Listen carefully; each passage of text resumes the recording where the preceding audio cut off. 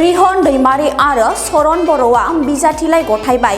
दिनै 42 नं अदालगुरि बियाबनि बिजाथि रिहन दैमारिया बिजाथिलाइ गथायो। बिथांजों लोगोसे 47 नं माजबाद बियाबनि बिजाथि सरन बर'आबो बिजाथिलाइ गथायो। बिथांमोननि बिजाथिलाइ गथायनायाव आसामनि आगु मन्त्रि जयन्त मल्ल बरुवायाबो बिजेपिनि जानानै लोगो होफैयो।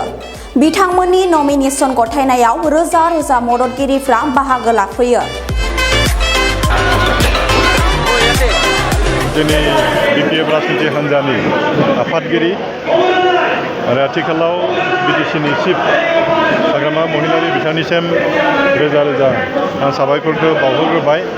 मानोना बिथाङा आंनि सायाव मोनसे फोथायनायखौ लाखिनानै उदालगुरि समस्तियाव नैबे बिसायख'थिखौ गेलेनो थाखाय बिजाथि महरै आंखौ दैथायहरबाय।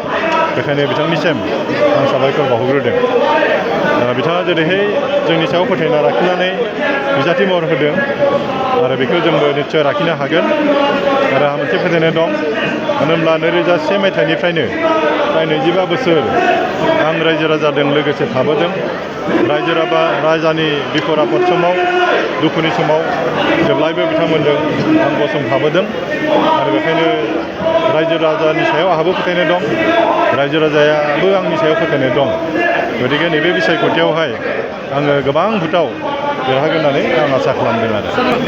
आङो रायजो राजानि सायाव आं खावलायनो थागोन, बिथांमोना जोंनि सायाव फोथायनायखौ लाखि, हाग्रामा महिलारि बिथांनिसिम फोथायनायखौ लाखि। मानो होनब्ला दिनैनि तारिखआव बिटिसि सरकारखौ हाग्रामा महिलारिनि दैदेननायावनो जोंहा सरकार सालायगासिनो दं। रायजो राजाफ्रा जिफोर समस्याफोर दं, जिफोर मावनो खामानि गोनां दं, बेफोरखौ गासै बिटिसि सरकारनिफ्रायनो मावनाय जागोन। गतिके जोंनि सायाव फोथायनायखौ लाखिदों रायजो राजाफ्रा। फैबाय थानाय समावबो जिफोर समस्याफोर दंबावो, जिफोर खामानि मावनो गोनां दंबावो, बे गासै खामानिफोरखौबो जोङो फैबाय थानाय समाव जों मावनो नाजागोन। रायजो राजानिसिम मोनसे खावलायनाय थागोन, बेयाव जेबो गिनांगौ बाथ्रा गैया, माबा मोनसे सन्देह जानांगौ बाथ्रा गैया। जोंहा मुल थांखियानो जाबाय बिटिसिआ जौगानांगौ, बिटिसिआव मोनसे गोजोन थासारिया थानांगौ आरो बिटिसि जौगानायनि थाखाय बिटिसि ओनसोलाव सान्थि सम्प्रिति लाखिनायनि थाखाय जोङो एनडिए सरकारजों लोगो जानानै खामानि मावदों। जुदि जों हारसिङै जुदि सरकार दायोब्ला, जुदि स्टेट गभर्नमेन्टआ जोंखौ जुदि समर्थन खालामाब्ला जों बाहाय जेबो जौगानाय खामानि जों मावनो हानाय नङा। दा बेखायनो जोंहा मुल उद्देश्यआ जाबाय बिटिसि जौगानाय। गतिके बिटिसि जौगानायनि सार्थआव जों एनडिएजों थानानै खामानि मावनो नागिरदों। 2001 मायथाइनिफ्राय 2025 मायथाइसिम फ्राय 25 बोसोर आंबो रायजोफोरजों लोगोसे थाबोदों, खामानि मावबोदों। रायजो राजा जेब्ला बिपद आफद जायो, माबा मोनसे समस्या जायो, आं थांनानै जेब्लायबो बिथांमोननि खाथियाव आं गसंथाबबोदों।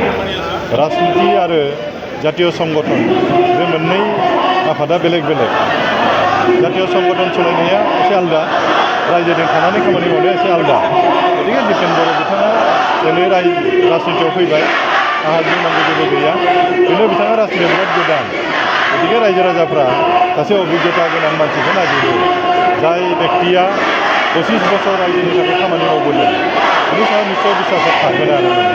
दा बेखायनो आं बुंनो नागिरदों, आंनि सायाव रायजो राजाफ्रा फोथायनाया दं, बिसासा दं, आरो बेखायनो आंखौ बांसिन अग्राधिकार होनानै आं नुहुरहोगोन।